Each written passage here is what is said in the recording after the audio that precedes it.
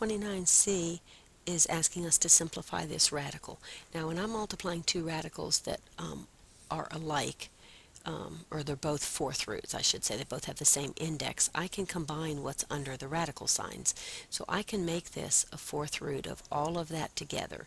Now, since I'm going to be checking to see if I can take any fourth roots, I'm not going to multiply 6 times 40 and say 240. I'm going to go ahead and factor them as I go. 6 is 2 times 3.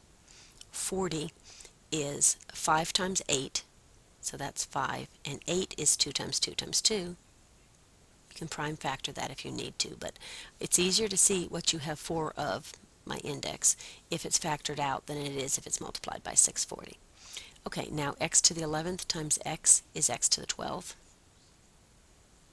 and y to the 37 times y to the 41 is y to the 78. Okay, so everything here works. X to the 12th, 12 is a multiple of 4, but 78 is not a multiple of 4, so I'm not going to be able to take that root. So I'm going to rewrite that.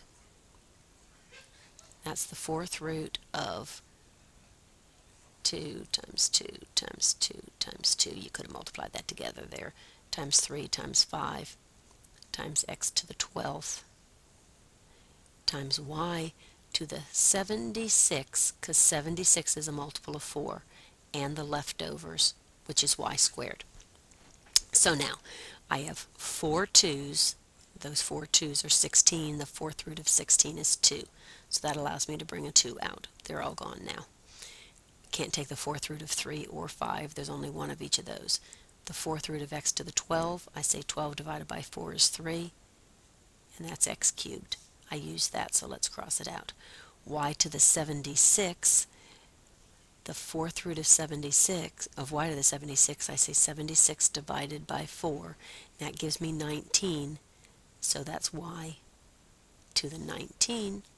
And the y squared, of course, I can't take this fourth root of, so I rewrite the fourth root, and I put back in what's left. 3 times 5 is 15, and y squared. Didn't need to make that index, that root there quite so long, did I?